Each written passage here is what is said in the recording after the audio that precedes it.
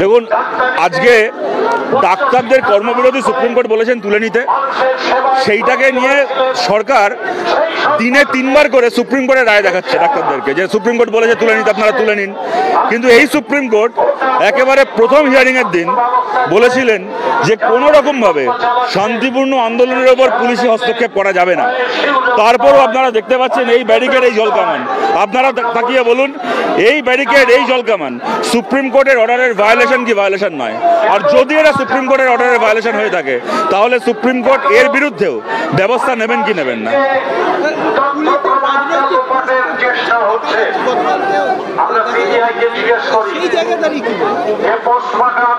দেখুন, আমরা নতুন করে আমাদের বলার কিছু নেই, এগুলো আমাদের কাছে নতুন কিছু না। গত 12-13 বছর ধরে পুলিশের এই রাজনৈতিক ভূমিকা আমরা দেখে আসছি।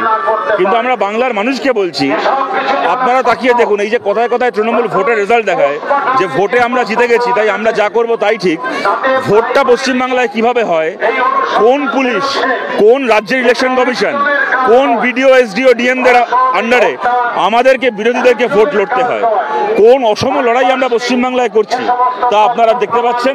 গতকাল পাটুলি থানার ওসির ওই ঘটনা আপনারা দেখেছেন। ওটা কিছুই না, সব বেশিরভাগ থানার ওসি এই কাজটা করে। একটুখানি রাত্রিবেলা বেশি কিছু বোধহয় উল্টোপাল্টা কিছু খেয়ে নিয়েছিল, নিজেকে সামলাতে পারেনি, বার খেয়ে একটা পোস্ট করে ফেলেছে, করে ফেলে ব্যাপারটাকে নিয়ে এখন কথা হচ্ছে। কিন্তু ব্যাপারটা এমন নয় যে পোস্টটা না করলে এরা খুব নিরপেক্ষ, কি যারা যে ওসিরা পোস্ট করছে না তারা খুব নিরপেক্ষ এমন নয়।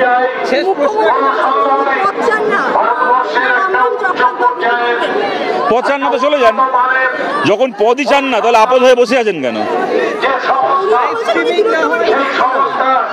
বিচার চাই তো বিচার, যারা আমরাও তো বিচার চাই, তাহলে ব্যারিকেড করছেন কেন? আপনি তিলোত্তমার বিচার চেয়ে মিছিল করেছেন, আপনার পুলিশ তো সেই মিছিলে ব্যারিকেড করেনি, তাহলে আমাদের মিছিলে ব্যারিকেড করছেন কেন? যে ডাক্তাররা আন্দোলন করছে তাদেরকে আপনি মামলার এফআইআর এর ভয় দেখাচ্ছেন কেন?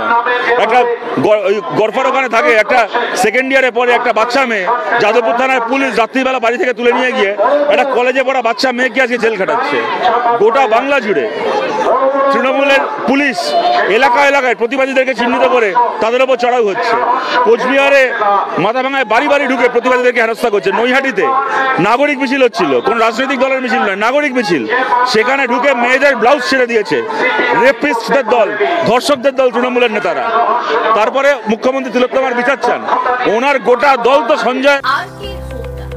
আপনাদের শহর বেলদাতে হোন্ডা মোটরবাইক কোম্পানির অথরাইজড ডিলার আরকে হোন্ডা, সবুজ পল্লী, বেলদা, পশ্চিম মেদিনীপুর।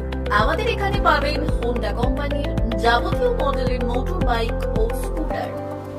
প্রতিটি গাড়ির কেনাকাটায় থাকছে আকর্ষণীয় উপহার। প্রতিটি কেনাকাটায় রয়েছে স্পট ফাইন্যান্স, স্বল্প ডাউন পেমেন্ট, চেক ছাড়া ফাইন্যান্স ও 0% সুদের হারের ব্যবস্থা।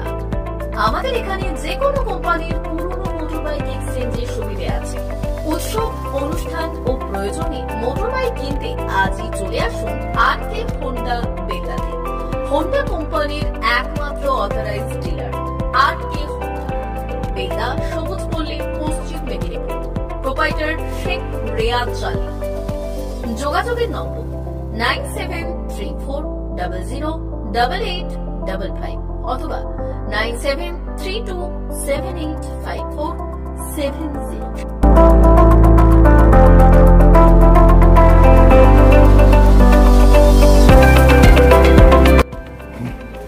নমস্কার, বেলদা আরকে হোন্ডার পক্ষ থেকে আপনাদেরকে স্বাগতম জানাই। আমাদের হোন্ডার সমস্ত মডেল, সমস্ত কালার, সমস্ত বাইক অ্যান্ড স্কুটার অ্যাভেলেবেল আছে। আপনারা আসুন, আমাদের এখানে শোরুমে ভিজিট করে যান। আপনাদের গাড়ি কেনাকাটায় আকর্ষণীয় আমরা উপহার, গিফট সব কিছু রেখেছি। Accessories all available, spare parts available. আপনাদেরকে ডিসকাউন্টও দিব, সার্ভিসও ডিসকাউন্ট দিব, অল টাইম সার্ভিস দিব 24 আওয়ার্স। আপনারা গাড়ি এখানে আসুন, ভিজিট করুন, গাড়ি নিয়ে যান। নমস্কার।